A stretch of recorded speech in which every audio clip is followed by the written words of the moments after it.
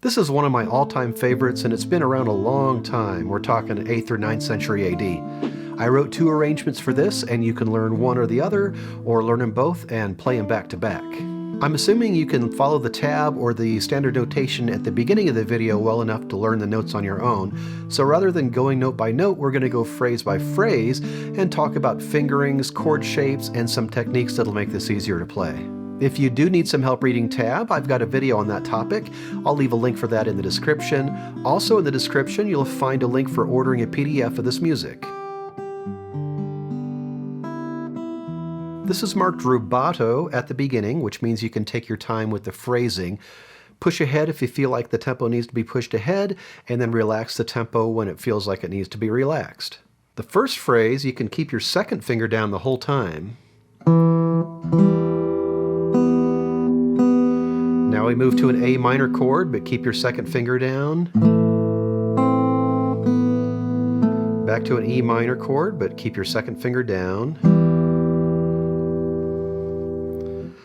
The next phrasing, what I'd like you to do is prepare your C major 7 chord, even though you're not going to play the entire chord right away. And those little ties by the notes mean you let those notes ring. So here I form the full C major 7 chord and let them ring. And then use whatever fingering you want to use here. And then whatever fingering you want here. In this next phrase, I do recommend starting with finger 2 on the A on the 3rd string and first finger on the E 4th string. That's just going to prepare you for the notes that are coming up. Keep first finger down here.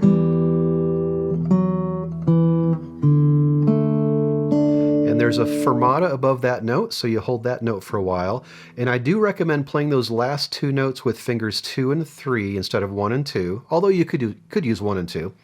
The reason for fingers 2 and 3 is because this prepares your second finger for the beginning of the next phrase. So here you are, fingers 2 and 3.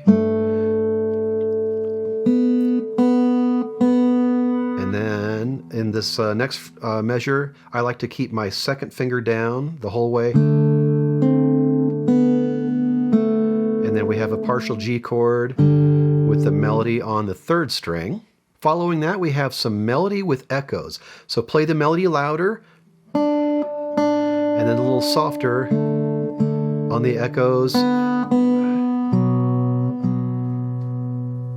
And let's talk about the fingering there. I'm using my second finger on the D, and my first finger on the A, and then the open D string, an open B, and then fingers 1 and 3 here. And then the next measure, I just start by forming the full A minor chord right here. And then now I can leave my second finger down. And just as before, I'm going to prepare the entire C major 7 chord, which is actually just 2 fingers, and let all these notes ring here. Then whatever fingering you want here,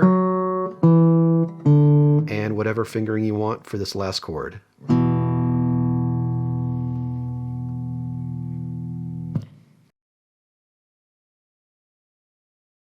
This next treatment is a little busier, but it's still rubato, so take your time with the tempo, push when you want to push, pull back when you want to push back, and that's just a personal choice where you want to do all that stuff. It is busier, so bring out the melody on top. We have an A minor chord at the beginning, but I'm only using fingers 1 and 2. When I move to this D minor chord, I keep finger 2 down.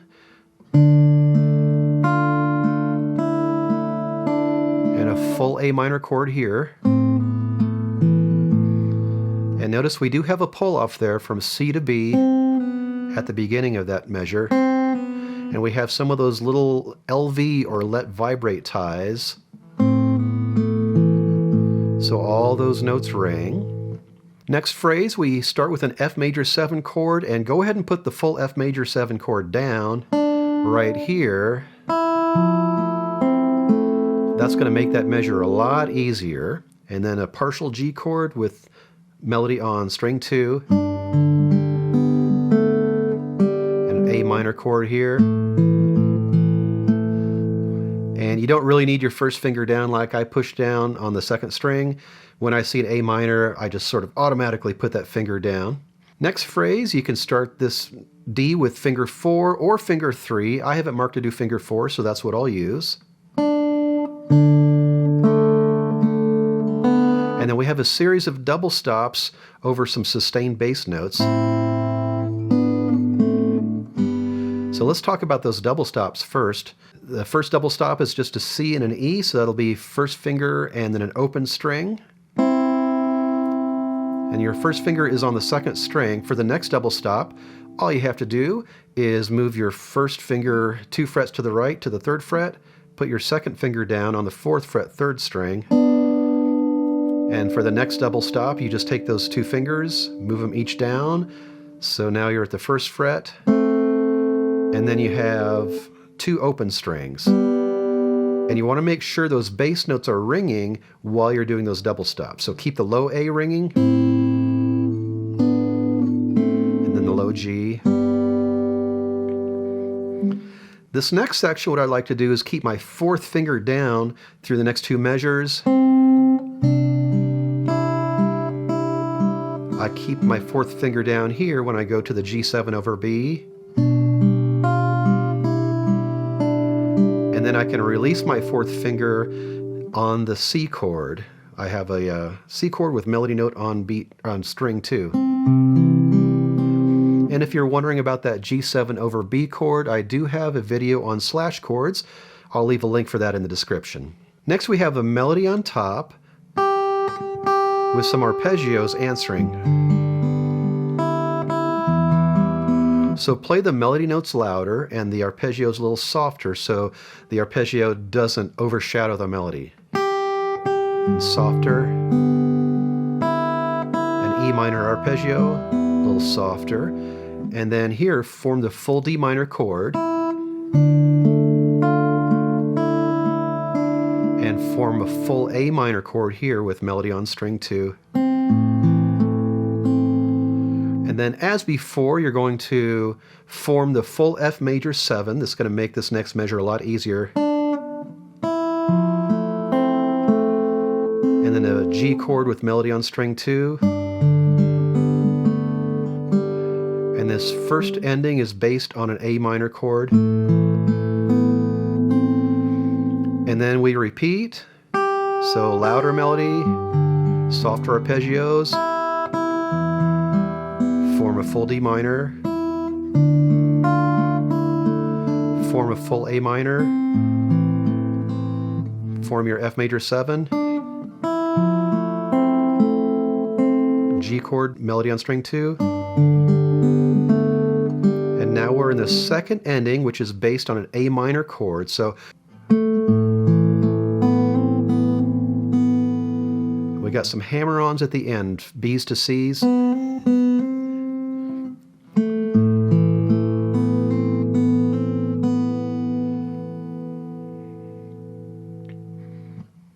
And that was O Come, Emmanuel. Have fun with this, and don't forget to check the description to see where you can order the PDF. Thanks for watching, and I'll see you next time with more guitar tips and arrangements.